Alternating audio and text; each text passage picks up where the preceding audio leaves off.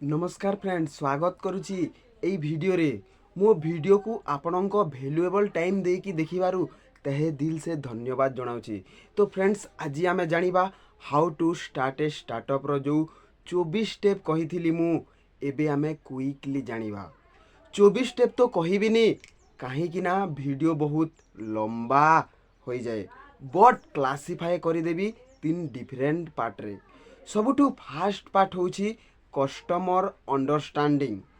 देखंतु फास्ट जो वीडियो देखिबे एई पूरा कोर्स रे केवल कस्टमर अंडरस्टैंडिंग ता अराउंड ही रहिबो। काहे कि ना आपण कस्टमर विषय रे जानि जिबे ना, तापरे आसीबो 2 number step product solution and service. जे कोनोसी जिनिस भी आपण लॉन्च करूछंती कोन सेटा भलो अछि कि कस्टमर बर्निंग्स प्रॉब्लम को सॉल्व करि पारुछि कि नहीं। फाइनली आसे 3 नंबर स्टेप, माने आपण निज कस्टमर को बुझी पारिले आउ प्रोडक्ट या सॉल्यूशन या सर्विस को लॉन्च करिदेले।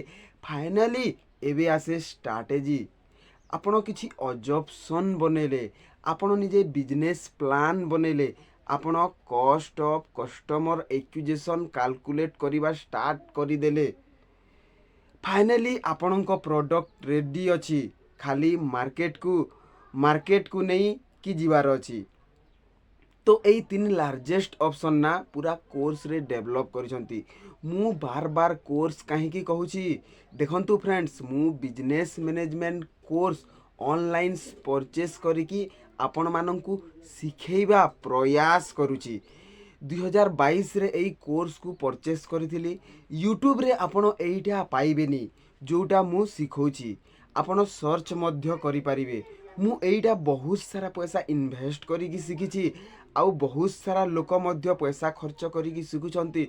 तो मु भाबुची कि आपण माने पैसा खर्च करिवार दरकार नाही, काहे कि ना आपण माननकु सिखेबा को प्रयास करिबी मु जेते सिखिची। सो कम टू द पॉइंट, ध्यान रखंतु कस्टमर को एठी ज्यादा रु ज्यादा फोकस करिबा को। जेते बड़ बिजनेसमैन हुए से भावंती कि जोटा मु जानिची ठीक जानिची, तो ऑब्जेक्शन बहुत हुए, हंच बहुत हुए। हंच माने आपण भितरे एमिति स्ट्रांग आवाज एमिति आसे कि भाई मु जोटा करूची ना भलो करूची आउ सठिक करूची, आउ आपण सडनली मार्केट को जानती आउ धोखा लगी जाए, काहे कि ना आपण तैयार होंतिनी, आपण ऑब्जेक्शन को बुझी पारंतिनी। तो आज आमे कोन सिखिले समराइज करि दोबा। चलो friends, customer understanding, product solution service and strategy. देखंतु कस्टमर अंडरस्टैंडिंग माने आपण कस्टमर को बुझी गले ना, जे कोनोसी प्रोडक्ट भी आपण सेल करि पारिबे या सॉल्यूशन या सर्विस। कस्टमर रो बर्निंग्स प्रॉब्लम को देखंतु, बर्निंग्स प्रॉब्लम को देखंतु। कस्टमर रो बर्निंग्स प्रॉब्लम कोन अछि, आपण बर्निंग प्रॉब्लम को सॉल्व करि देले आपणको कस्टमर परचेस जल्दी करिवो। जे कोनोसी प्रोडक्ट सॉल्यूशन या सर्विस आपण देवा आगरु तार बर्निंग्स प्रॉब्लम टिके नीट को बुझंतु, कस्टमर को टिके जानंतु, चिन्हंतु, देखंतु, ता बायोडाटा देखंतु, ताको गूगल रे सर्च करंतु। सबु जगह रहंती कस्टमर, फेसबुक रे सर्च करंतु।